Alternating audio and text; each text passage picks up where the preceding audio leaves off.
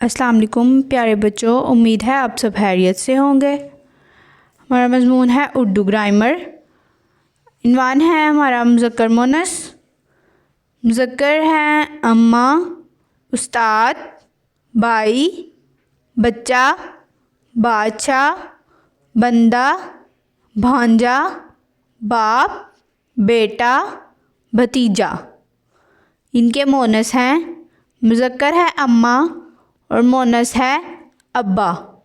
मुज़क्कर है उस्ताद, इसका मुअन्नस है उस्तानी।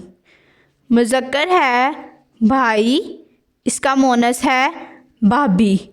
मुज़क्कर है बच्चा, इसका मुअन्नस है बच्ची। मुज़क्कर है बादशाह, इसका मुअन्नस है मलका। मुज़क्कर है बंदा, इसका मुअन्नस है बंदी। मुज़क्कर है भांजा, इसका मुअन्नस है भांजी।